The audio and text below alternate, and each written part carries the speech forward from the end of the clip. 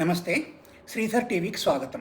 ముంబైలో world audio visual and entertainment summit జరిగింది. దాంట్లో రామోజీ అని ఒక స్టాల్ పెట్టారు. అంటే రామోజీరావు గారికి సంబంధించిన కంపెనీల స్టాల్ అది. అది ప్రత్యేకంగా గుర్తింపు పొందింది అని ఇవాళ పత్రికల్లో వార్తలు వచ్చాయి. అసలు రామోజీ అంటేనే ఒక ట్రెండ్, ఒక బ్రాండ్ ఆయన అంటేనే. ఆ సందర్భంలోనే చెప్తున్నాను, ఒక వ్యక్తి జీవితంలో ఎన్ని కంపెనీస్ పెట్టి ఇంత పైకొచ్చి ఒక సామ్రాజ్యాన్ని స్థాపించి అసలు అసాధ్యం అనిపిస్తుంది ఆయన చూస్తే.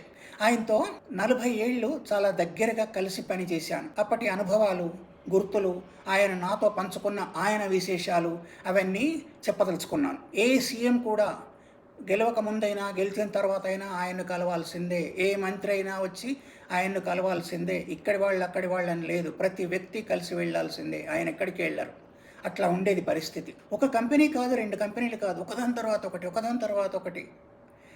ఎక్కడో మార్గదర్శి చిట్ ఫండ్స్తో స్టార్ట్ అయిన ఒక కంపెనీ తర్వాత ఈనాడు, ప్రియా పికిల్స్, సినిమాలు, రామోజీ ఫిలిం సిటీలో ఏకంగా 3500 కన్నా ఎక్కువ ఫిలిమ్స్ ప్రొడ్యూస్ అయ్యాయట.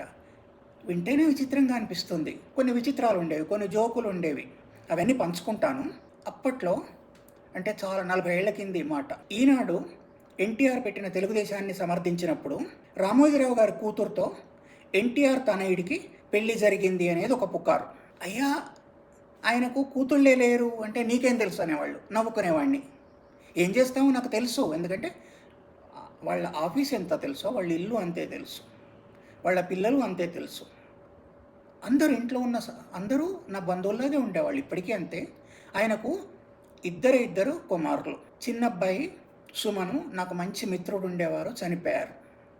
ఇప్పుడు కిరణ్ గారు ఉన్నారు, ఆయన సంతతి ఉంది, సుమన్ సంతతి కూడా ఉంది. అయితే ఎవరు నమ్మేవాళ్ళు కదా ఆయనకు. అమ్మాయిలు లేరయ్యా అని చెప్తే ఎవరు నమ్మేవాళ్ళు కదా. పెద్ద వాళ్ళు అట్లా అనేవాళ్ళు. ఇచ్చారట కదా, ఇవ్వడం ఏమిటి కానీ ఇచ్చి పెళ్లి చేశారట కదా అనేవాళ్ళు. నీకు తెలుసని అడుగుతున్నాము అంటే వాళ్ళన్న మాటను నేను సమర్థిస్తే నిజం చెప్పినట్టు, కాదు అంటే అబద్ధం చెప్పినట్టు, నేనే దాస్తున్నట్టు, లేకుంటే నాకే తెలియనట్టు అట్లా ఉండేది. మనిషి బాగా సౌమ్యంగా ఉండేవారు, జోకులు చేసేవారు. ఆయన పోయి కూడా దాదాపు 1 సంవత్సరం కావస్తుంది.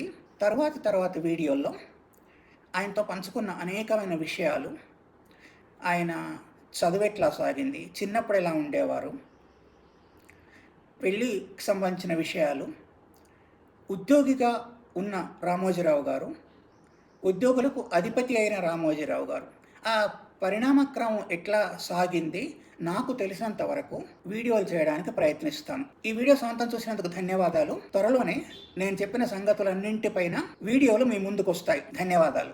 మన ఈ ఛానల్ను సబ్స్క్రైబ్ చేయడం మర్చిపోరు కదా.